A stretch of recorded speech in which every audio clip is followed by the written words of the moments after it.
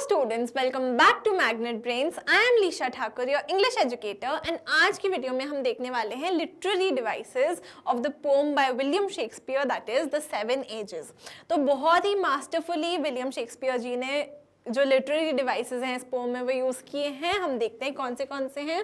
Shakespeare seven ages of a man is rich in literary devices that enhance the meaning and impact. Below are key literary devices used in the poem with examples के साथ हम समझेंगे। The first one is metaphor. Metaphor use किया गया है by the poet. Metaphor क्या होता है? किसी एक चीज को किसी दूसरी चीज से कंपेयर करना without the use of the words as और लाइक। ठीक है, तो कंपैरिजन विदाउट एज और लाइक। तो all the world's a stage and all men and women merely players। तो इसमें क्या कंपैरिजन है? Shakespeare compares life to a play. Life को एक स्टेज से, एक प्ले से कंपेयर किया जा रहा है, एंड जो लोग हैं मेन एंड विमेन उनको एक्टर्स से कंपेयर किया जा रहा है, सजेस्टिंग कि उनकी जो एग्जिस्टेंस है, ह्यूमन एग्जिस्टेंस है, it follows a scripted path. मतलब एंट्री होती है, एग्जिट होती है। ये मेटाफर्स हैं पूरे के पूरे इन द पोम, एंड कंपैरिजन किया जा रहा है। Next is imagery.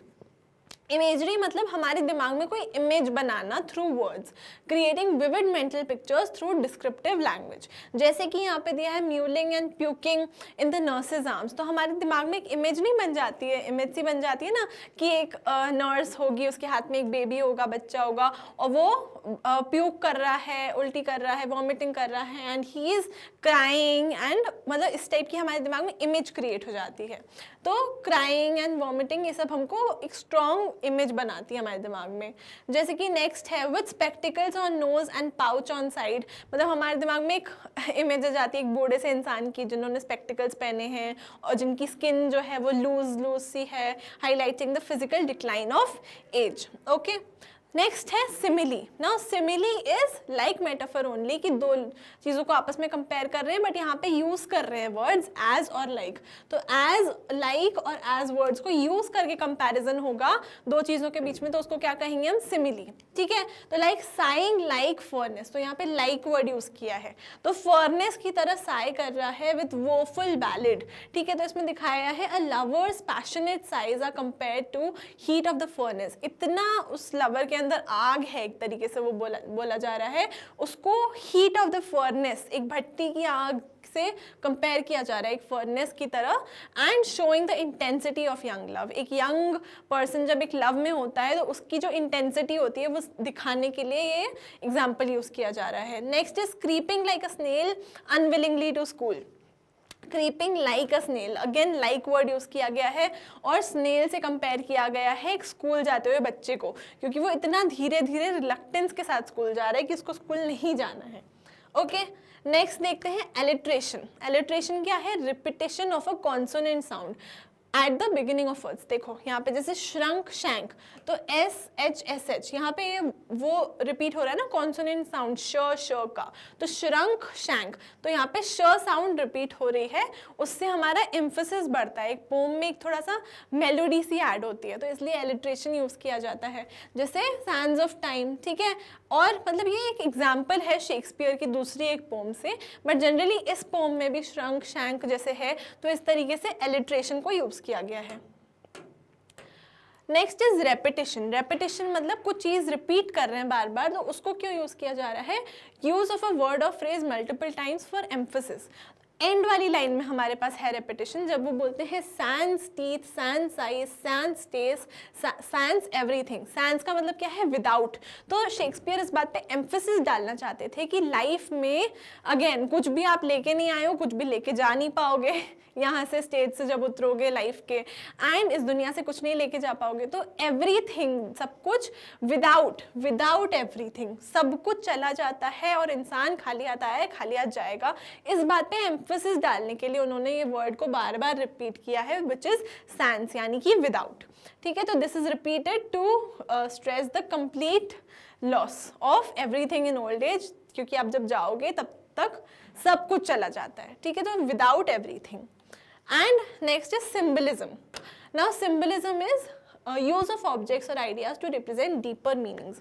कोई चीज़ को लिया जाता है जिससे हम कुछ और ही डीपर मीनिंग बताना चाह रहे हैं, जैसे कि यहाँ पे बबल रेपुटेशन। अब बबल रेपुटेशन बोला गया है, सिंबल दिया गया है बबल का एक रेपुटेशन को। क्यों? क्योंकि bubble symbolises the fragile and temporary nature of fame which can burst at any moment. अभी आप देखते होंगे इवन ऑन सोशल मीडिया या अपार्ट फ्रॉम दैट ऑल्सो, कुछ लोग होते हैं जो एकदम फेमस हो जाते हैं और एकदम से उनका फेम गिर जाता है, थोड़े दिन बाद किसी को याद भी नहीं होता कि वो कौन है। तो इसी तरीके से रेप्यूटेशन होती है, बबल जैसी होती है कि आप बनाओ उसको, आपको लगता है कि ओ माय गॉड रेप्यूटेशन पता नहीं क्या है, बट होती वो बबल जैसी है, 1 सेकेंड नहीं लगेगा बर्स्ट होने में। तो that's why it is compared, symbolize किया गया है उससे।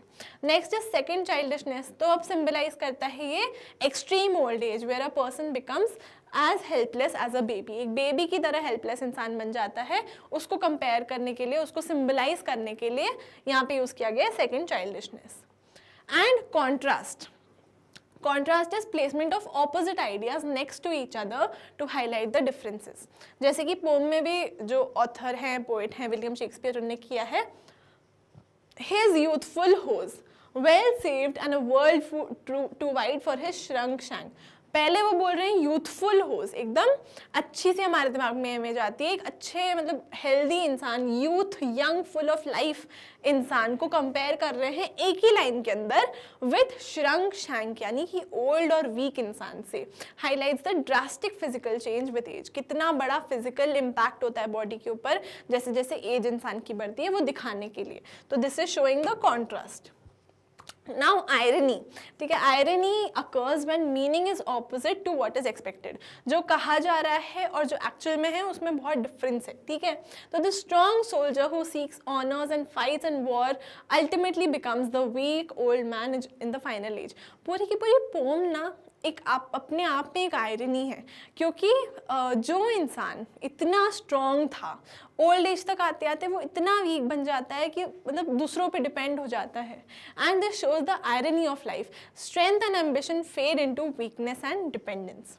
ओके, तो कंक्लूजन हमारा यही है कि शेक्सपियर जी जो हैं वो ऐसे ही नहीं कहा जाता है कि he is one of the greatest writers of all time, क्योंकि he is masterfully used these literary devices to create poetic philosophical reflection of life.